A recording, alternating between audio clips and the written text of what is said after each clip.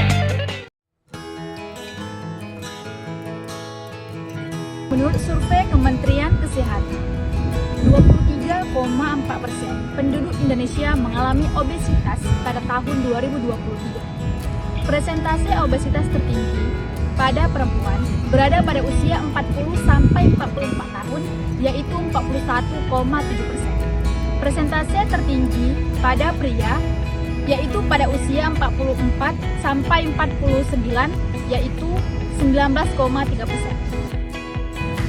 Obesitas di Indonesia mengalami peningkatan yang begitu pesat dalam 10 tahun terakhir. Dari 10,5% pada tahun 2007 menjadi 21,8% pada tahun 2018. Indonesia juga menjadi negara dengan peringkat tertinggi tingkat untuk obesitas di Asia Tenggara. Indonesia juga mengalami yang namanya double burden of malnutrition, yaitu kekurangan gizi dan stunting serta angka obesitas yang tinggi.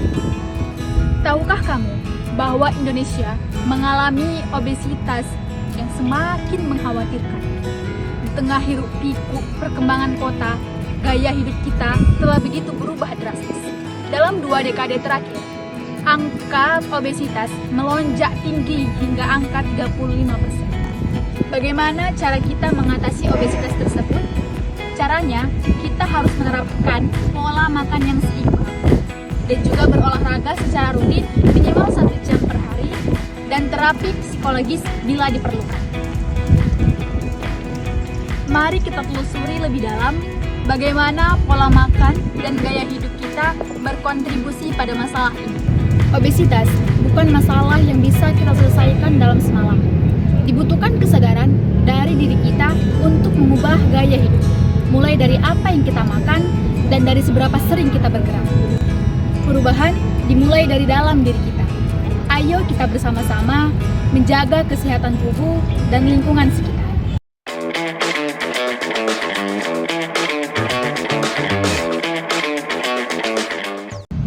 Siapa sih yang tidak tergoda dengan makanan cepat saji, praktis, enak, dan terdapat di mana saja? Tapi kalian tahu nggak sih guys, berapa kalori dari satu porsi burger dan satu porsi kentang? Dalam satu porsi burger terdapat 1000 kalori bahkan lebih.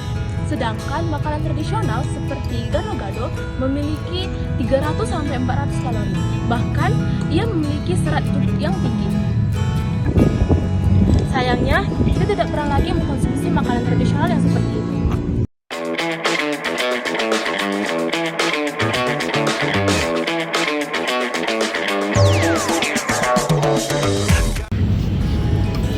Saat ini, obesitas tidak hanya berpengaruh terhadap orang dewasa, tetapi obesitas juga memengaruhi anak-anak dan memengaruhi remaja. Mereka terpapar makanan tinggi gula dan makanan tinggi lemak di sekolah. Ternyata, 1 dari 5 anak-anak di Indonesia mengalami obesitas, yaitu kelebihan berat badan. Hal ini mengindikasikan bahwa anak-anak telah terpapar makanan tinggi gula dan makanan tinggi lemak di sekolah. Sayangnya, hal ini mengakibatkan anak-anak rentan terkena diabetes tipe 2 dan rentan terkena hipertensi. Jadi, untuk masyarakat lebih diperhatikan untuk memberikan makanan-makanan yang bergizi terutama bagi anak-anak dan bagi remaja.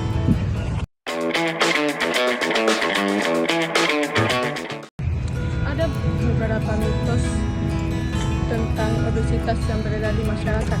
Mari kita bahas beberapa mitos yang paling umum. Orang gemuk pasti sehat.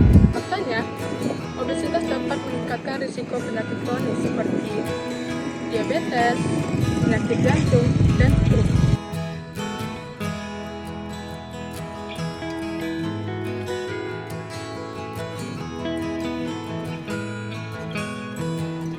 Obesitas hanya masalah pada makan yang terlalu banyak. Faktanya, faktor genetik, gaya hidup, dan lingkungan juga berperan besar. Menarik juga karena konteks bercanda dan bully. Iya, Ini harus tahu batas-batas ya Mas. Kalau memang kita tidak suka dibercandai seperti itu, ya udah kita jangan memperlakukan.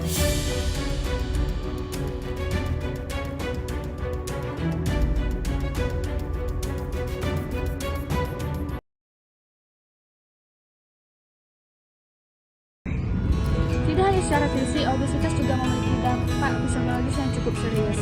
Banyak orang yang mengalami obesitas merasa minder, depresi, atau bahkan mendapatkan stigma sosial.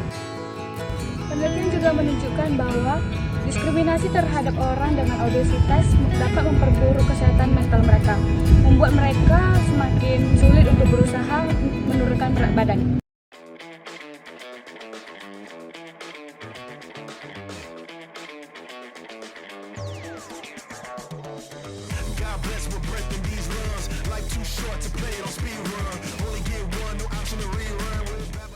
Namun tidak semuanya kelak. Ada beberapa inisiatif lokal yang ada di Indonesia yang berusaha menurunkan angka obesitas di Indonesia.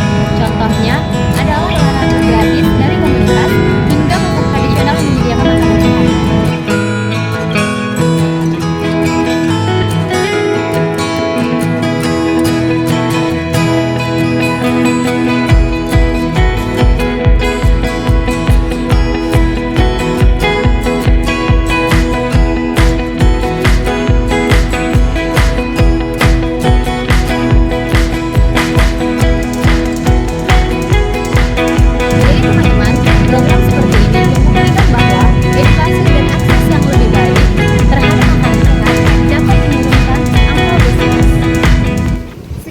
Video yang dapat kami tampilkan, kurang lebih kami mohon maaf dan kami ucapkan terima kasih.